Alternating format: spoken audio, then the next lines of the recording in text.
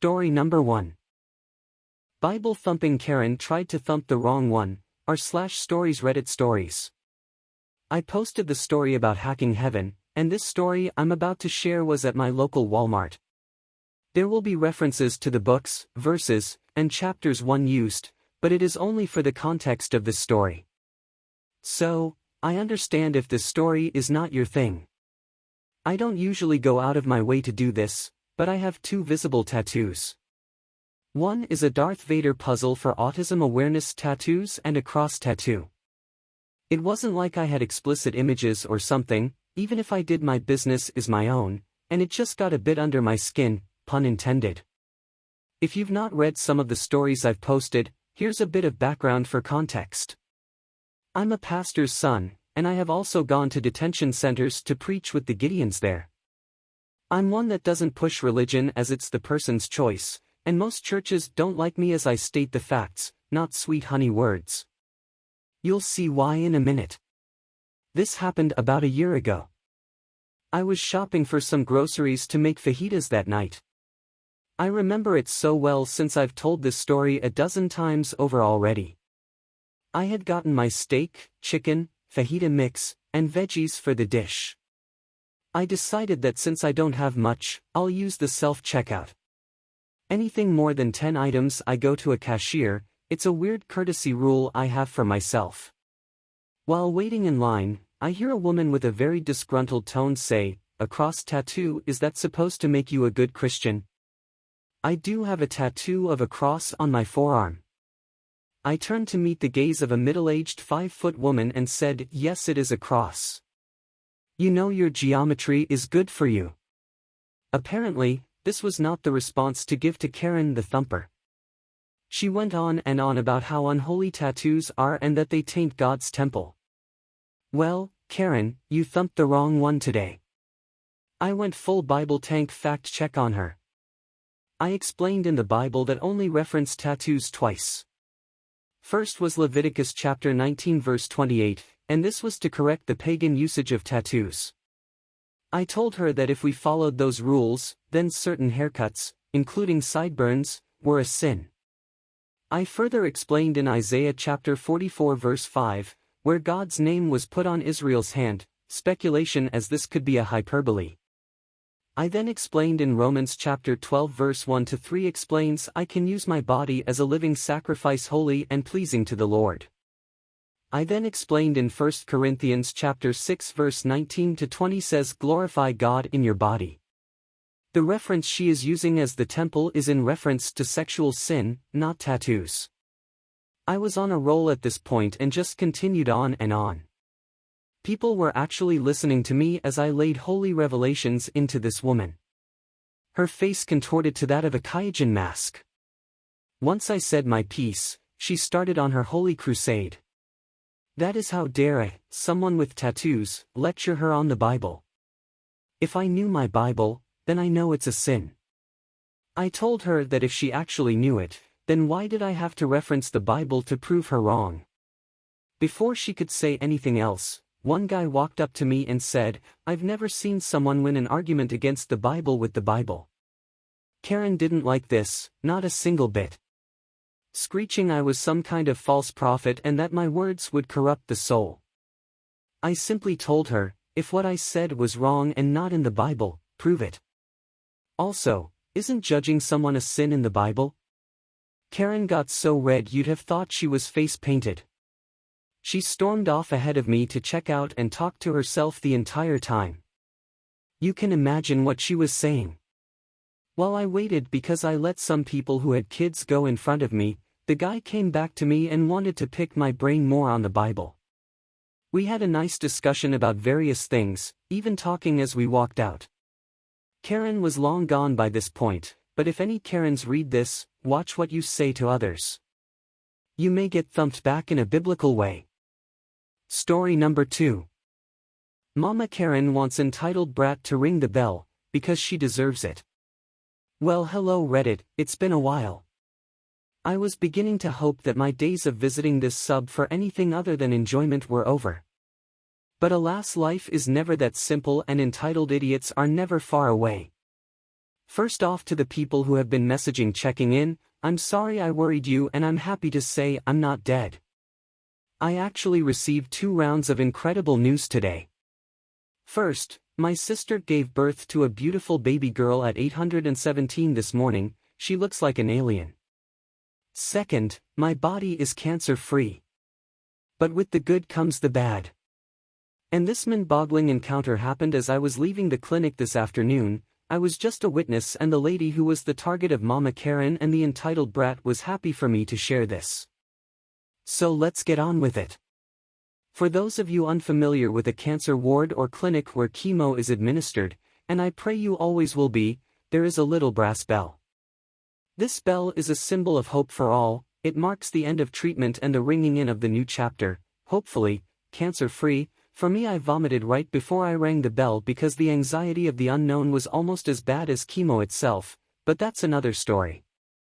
Today, it was Heather's real name. She gave me permission, turn to ring the bell. Heather is a really lovely lady. She's 58 with stage 2 ovarian cancer. She had a hysterectomy, followed by chemo. Heather's diagnosis is great, but she's had it rough. During the hysterectomy, she almost bled out due to undiagnosed complications. This left her hospitalized for over 3 weeks, delayed her treatment by over a month, and left her fearing the worst. Heather really is the most lovely woman you could meet. She's the grandma everyone wants to have, but is kinda glad they don't. She's funny and loving, but can give you a look that makes you back away like you're staring down a hungry grizzly. Everyone that interacts with Heather loves her, and honestly, the woman saved my sanity on more than one occasion during my treatment. Another thing that may differ from ward to ward is the chemo room. Patients in ours sit in a little oval room that's like a giant lounge, with comfy chairs and a little TV. There are drinks and biscuits off to one side and room enough for 10 patients and up to 2 visitors. As I was leaving my appointment, I saw Heather's daughter, who informed me today was the day. So I decided to stick around to see her ring the bell, and Reddit, I'm so glad I did. A couple of weeks ago, a new patient joined the group. We will call him Sam. Sam seems like a relatively nice older gentleman with an absolutely awful excuse of a daughter and grandchild. In the limited interactions I've had with this 2 entitled brats, I've seen the daughter stealing biscuits off people currently hooked up to chemo machines, and the mother screaming at nurses for reprimanding the child when she attempted to rip the cannulas out of a patient's arm. Genuinely no idea why they've not banned the mega monster and her little braticus. Like I said, today was Heather's turn to ring the bell. Unlike some places where the bell is on the wall, our unit has a little old-fashioned wood and brass bell that the nurses keep behind the desk 90% of the time. Today, just as Heather was getting ready to hopefully walk out for the final time, the nurse brought the bell over to the little side table. At first, the little fallen angel didn't notice the bell. She was too busy attempting to crush the souls of the elderly and infirmed by playing her Switch, not loud enough to be kicked out but just loud enough to be annoying as all holy hellfire, but at least she was distracted. Once Heather was ready, the nurse stood by the little side table and made a short speech about Heather and her final day of the journey. Just as the speech was wrapping up, the tiny terror shot out of nowhere, almost knocking Heather to the ground. She reached up and grabbed the bell. Heather, being the no-nonsense badass granny she is, took the bell out of baby Beelzebub's hands and firmly but gently said, "No honey, that isn't for you, it's not a toy." My gods, did that unleash some kind of mythological demon, because the screech that child released at being told no was loud enough to shatter glass. She lunged at Heather, trying to grab the bell from her hand.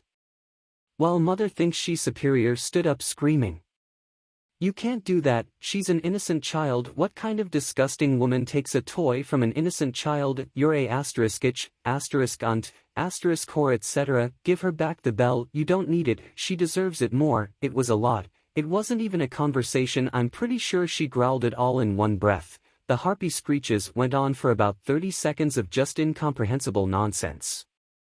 Bertha Big Mac waddled her way over to Heather to take the bell from her, but Heather just did not have time for her shiz. Heather's got a bell to ring and a life to live. So as the rampaging rhino gets up to Heather, Heather goes heathen on her. She looks this entitled mama dead in the eye and says, "Your father must have been Insert the name of a certain WW2 German political leader, in a past life to be lumped with such a sorry excuse for a daughter. Well, this took everyone by surprise, as there was a brief pause before Heather unleashed everything she'd been dying to say to this Cerberus. Do you have any idea how exhausting it is to finish a round of treatment with you and your obnoxious brat around making everyone's lives miserable? I know God's testing us, but my God, we already have cancer, now He's saddling us with you too. You are disgusting, you are entitled, you are selfish, you are poorly behaved, and your child is just as awful as you are. And I hate saying that about an innocent child, but my God, she's awful. I've never hated a child until I met yours, but she's really, really awful.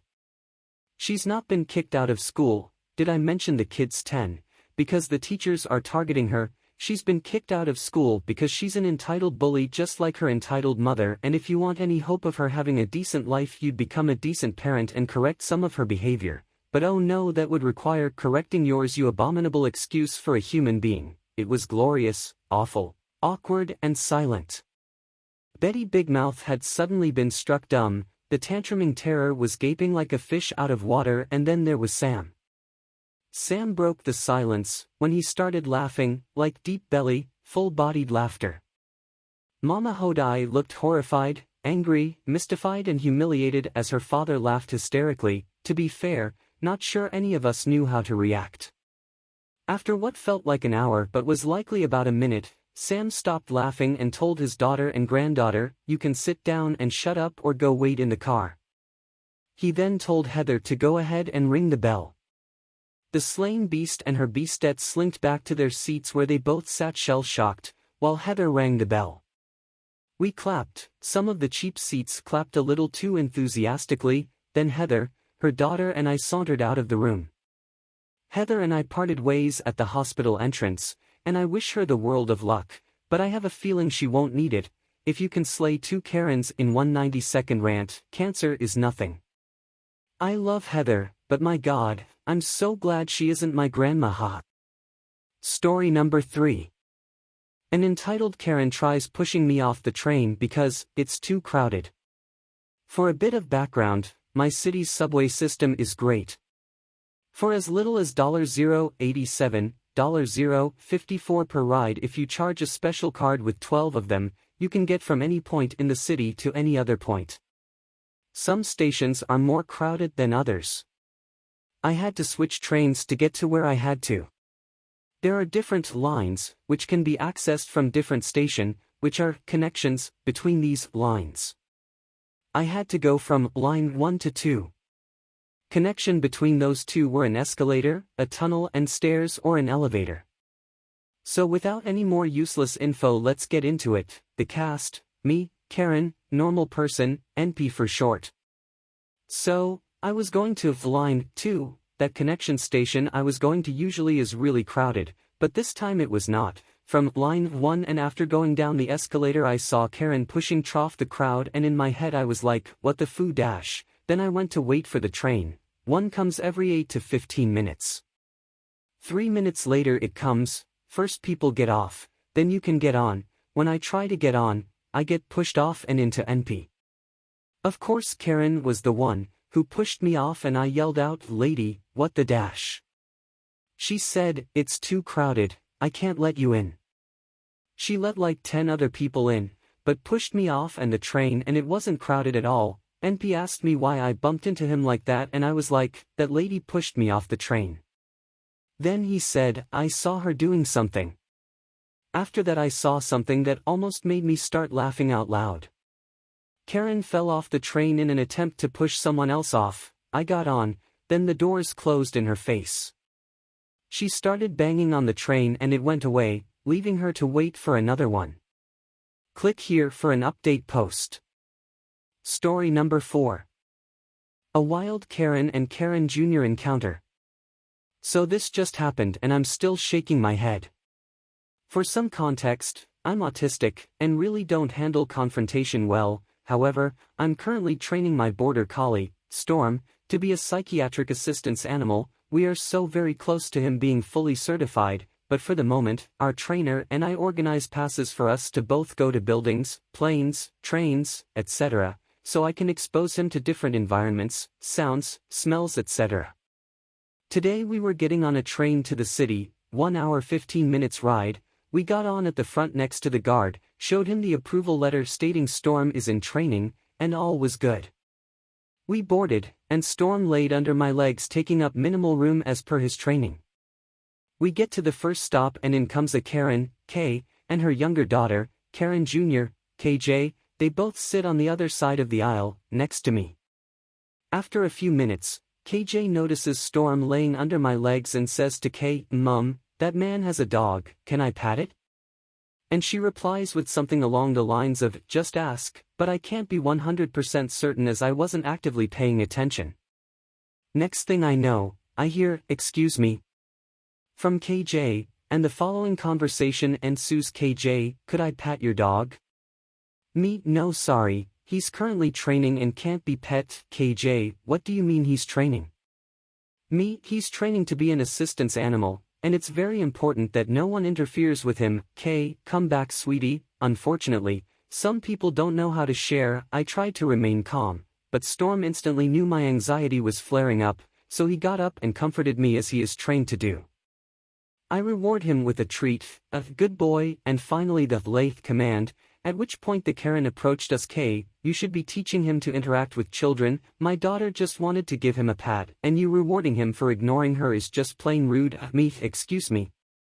He's working, and currently in training." I rewarded him for responding to me appropriately, not for ignoring your kid. "Leave us alone please." K, "You're lying, he's not a Labrador. They're the only dogs that are smart enough to become assistance animals. He looks like a border collie. They are just farm dogs, so quit lying." At this, my anxiety was starting to peak, and Storm got up and sat on my lap to comfort and calm me down. I reached for my treats pouch, and began to get a treat out, when Karen reached in and took a treat before me, handing it to Storm. K, "Good boy." Me, "Get away from me." I screamed and began crying. The train came to an unscheduled stop at the next station and a group of police officers got on. K and KJ were moved to the next carriage, and we continued on, with an officer staying with me until the next station. Fast forward to the end of the line, and we got into the city. As I was talking to the guard, who had actually organized for the police to join us, K and KJ saw us. KJ ran up to us, and just as I saw her hand reach out and down, I gave Storm the command, "Other side." He swiftly moved behind and to the left side, away from her. Me, "I told you no." KJ, "My mum said I could, so let me." With that, she tried to pull his leash out of my hand. I dropped the lead and gave Storm the command, "Danger," to which he ran and sat under a seat in the middle of the platform. Karen then enters, pushing me on the shoulder, and by this stage, my fight or flight response was the only thing in control, and I pushed her back, knocking her to the ground. More police were on the platform in what felt like seconds. I called for Storm as they arrived, handed them his paperwork and told them everything that had happened. I'm now writing this from inside a police station while waiting to do a victim impact statement. The Karen got arrested for assault and interfering with a service animal. Story number 5. Entitled Karen wants her appointment even though she missed her appointment. I was able to witness this Karen interaction earlier today during my wax appointment. The wax center I go to has 15-minute slots, and they pride themselves with appointments being on time. They will give you a 5-minute grace period if you're late and are pretty flexible with their scheduling. Even if you realize you can't make your appointment 30 minutes before, they will happily move it. As I waited for my appointment, I got the privilege of hearing this Karen who was 10 minutes late for her 15-minute slot. I'll call the front desk associate PH for her pink hair. PH, "I'm sorry ma'am, but you're too late for your appointment. We will need to reschedule." Karen, "I'm only 10 minutes late. I drove 45 minutes to get here. This is ridiculous." PH, "The appointment is only 15 minutes. Your wax associate has an appointment right after yours. She can't complete yours in time and keep the next appointment." Karen, "It's only 10 minutes. This is absurd." PH, "I see she has an opening in 60 minutes. Do you want to wait until then? Karen, no. I want to be seen now. PH, we do have other wax associates available right now that can see you. Karen, no. I drove 45 minutes to see my associate. I have been seeing her for years. PH, ma'am, it isn't fair for the next appointments to be late because you were late to yours. Karen, if I'm not seen right now, you will lose me as a customer for good. I drove 45 minutes. PH, either a different associate can see you, or your preferred one can see you in 60 minutes. You can also wait 15 minutes to see if the next appointment doesn't show. Then she would be able to take you. Karen, no. It was only 10 minutes. I had to get gas. I can't wait any longer. PH, you can either. Karen, you've lost a customer forever. As soon as Karen stormed out, the desk associates and I burst out laughing. I told them if they get flack from management to give me a call.